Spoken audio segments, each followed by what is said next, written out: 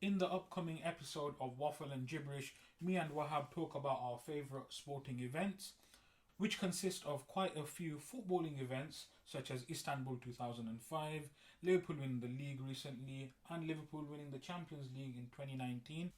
We've also talked about other sporting events such as Ali Frazier, McGregor versus Khabib, and also the 2005 Ashes between England and Australia. Wahaboriginalz.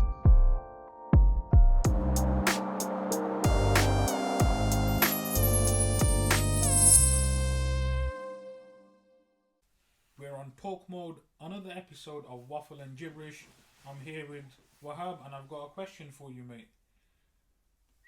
What is the most iconic or the most memorable sporting event of your life? Ooh. Okay.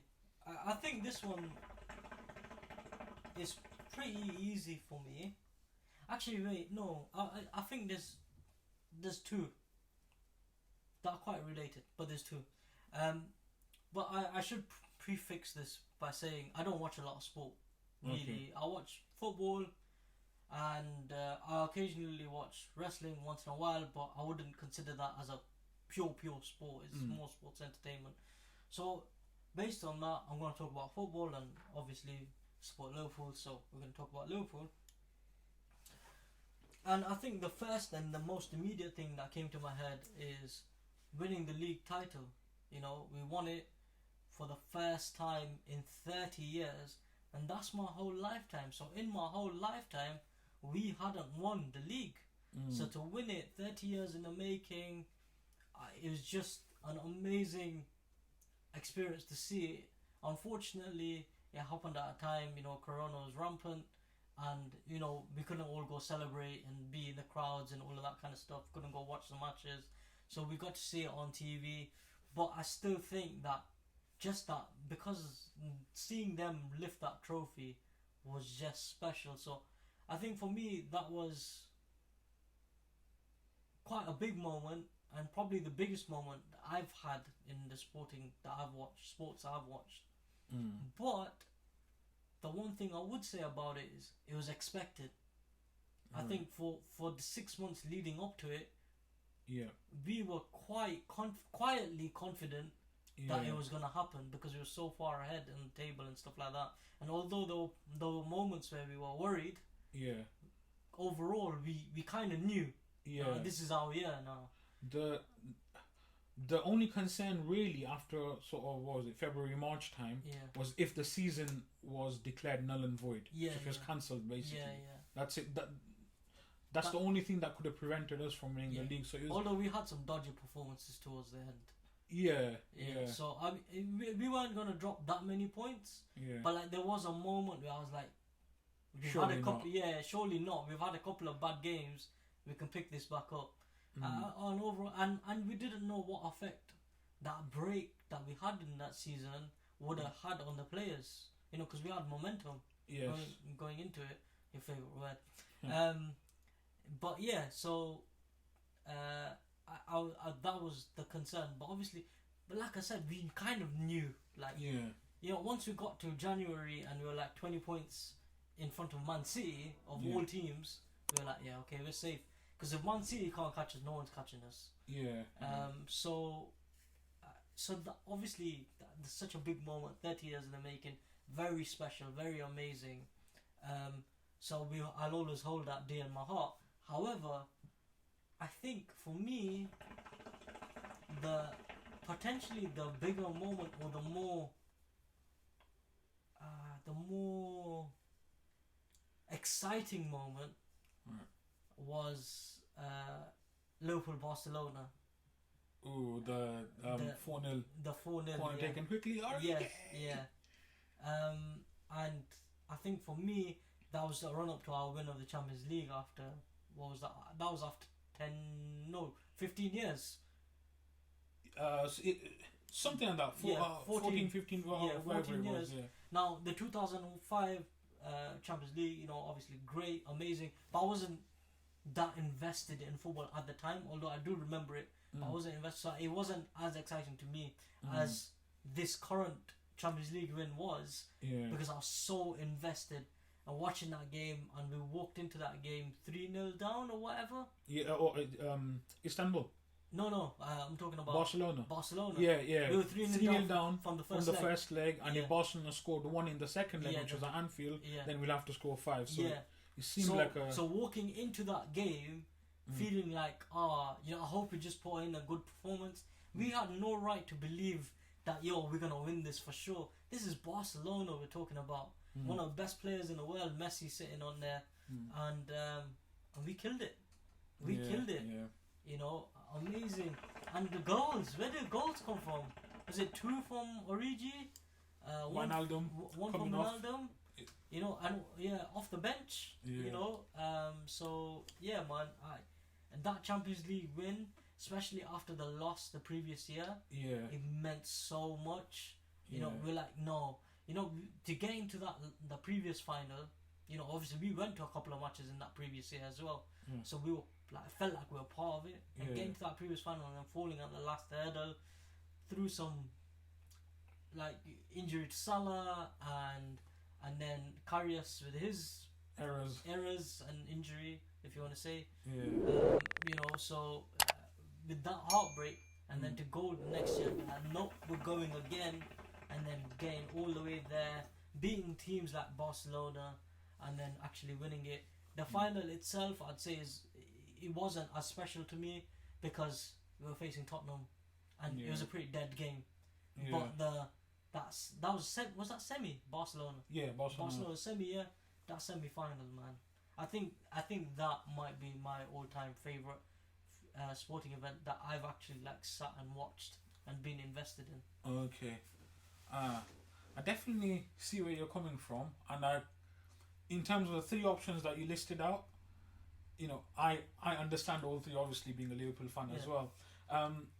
Something that I found so relieving in that season where we won the league, when we lost to Watford 3-0, just before the sort of break happened, just before that pause because of the pandemic. I think our last game was Athletic. Yeah. But you see, before losing to Watford, we were unbeaten. So that prospect of going the entire season as invincibles. Imagine if we would have, stayed unbeaten. If Watford had not beaten us, we'd be thinking, for the 2 or 3 months that we were without football, we'd think this has been stripped away from us. And, the invincibles. It would have felt so unjust. That's true. But right, okay. So you're saying Barcelona? I think, although the league means more, but in terms of, I'm thinking the question you asked is a sporting event. The league means more in terms of achievement for our team, but it was very slow happening. We weren't there in the crowds. We didn't see that fanfare that you'd normally see. And obviously it's amazing to see them lift the trophy, but the excitement wasn't there because 1, the break in the season, 2, we lost the Invincibles, and 3, we knew we knew for a long time that it's happening now. For a good 6 months, you could say, we kind of quietly confident, worried but quietly confident. Whereas that Barcelona game, it just look, we're Liverpool supporters, we never give up, we'll always believe. But if you thought of it with a rational mind, you were like, nah, this is not really gonna happen. We were sitting there hoping. But if you said to me, just separate Liverpool v Barcelona, with the Liverpool squad that we had, amazing as it is, versus the Barcelona squad and the amazing players that they have, we're going into a game 3-0 down. Anything can happen in football. Obviously it can, but Barcelona's a quality side. We would have to score 4 goals and they can't score anything. That doesn't seem realistic. Being Barcelona, they score goals. Even if they lose a game, they score goals. They're full of goals, especially at the time. It's just like, you know what? Honestly, yeah, I still believed. Yeah, Yeah, and there were other people that still did, and there's only one stadium where that miracle's happening in the Yeah. whole world. yeah, That's Anfield. Anfield, definitely. And you know, I remember when Salah hit the post Yeah, yeah, in the first leg, yeah, and I thought, if that goes in, I believe even more. yeah, yeah. Because Believe that's no, that's yeah, that crucial yeah, away goal. Okay, yeah. So, like I said, I fully understand you saying the Yeah. Barcelona game, yeah, and I get it. You know, it's one of the miracles, yeah, sporting miracles that we got to witness. yeah, The sporting event that eclipses that for me, Yeah. is Istanbul. yeah. No, and like I said, I respect Istanbul, but I just wasn't into football back then. Or not. I was watching it, but more as a casual fan. So although I remember it, I wasn't as invested, and therefore for me, it ranks lower. But I absolutely get anyone who was watching football at that time. Like that's crazy. It was absolutely crazy. I mean, even the build up to Istanbul, as in reaching the final, Yeah. the obstacles that we had to overcome. Yeah. So when Garcia scored that spectacular goal against Juventus, and then Hippier scored a very good goal as well, Yeah. and then Juventus got a goal back. So we were 2-0 up, and going into the second leg, Yeah. Italian team just needed a 1-0 result at that time. Yeah. You know, that's pretty much a guarantee. But the way we defended in Turin, that was very impressive. We got through that. Obviously, that game against Chelsea, Yeah. that atmosphere was absolutely mental, right? And Garcia got that, what they like to say is a half goal. Even if it wasn't a half goal, Czech gets sent off, and we have a penalty. So, anyway, we get to the final, and before I even re-describe what happened there, I mean, just look at the AC Milan team. Yeah. Dida in goal, Cafu, Nesta, Stam, Maldini, Kaká, Seedorf, Gattuso, Pirlo, Shevchenko, Crespo. If you make a world 11 at that time, if you put Buffon in goal, right? You put Roberto Carlos, you put Cannavaro, you put Zidane in midfield, and Henry or Shearer, whoever up front. If you made a world 11 at that time, that AC Milan team, you could argue, is better than the world 11, or at least they'll compete with the world 11 at that time, right? So, and the team that we had, really, it wasn't that great. I love all of them. Right? Yeah. They are legends, and that feeling that they gave on the 25th of May 2005, nothing can replace that in my heart.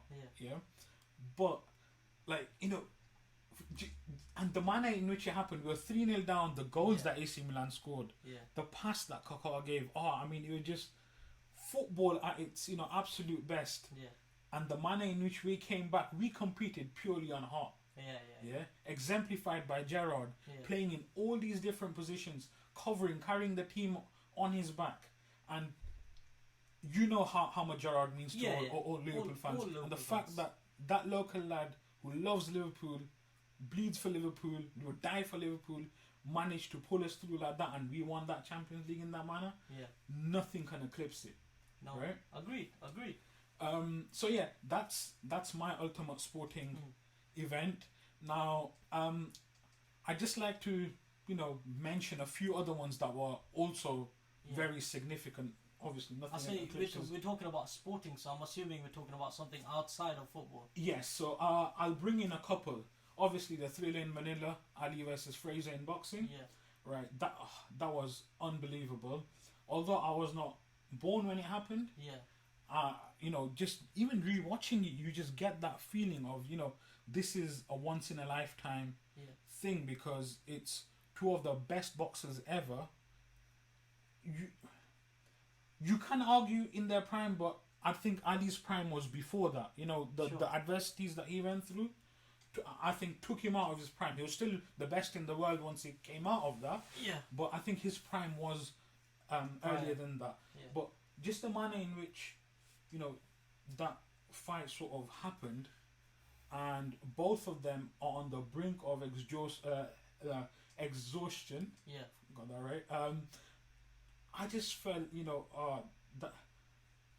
that was a major sporting event which I thoroughly enjoyed, and obviously the whole world respects both those competitors.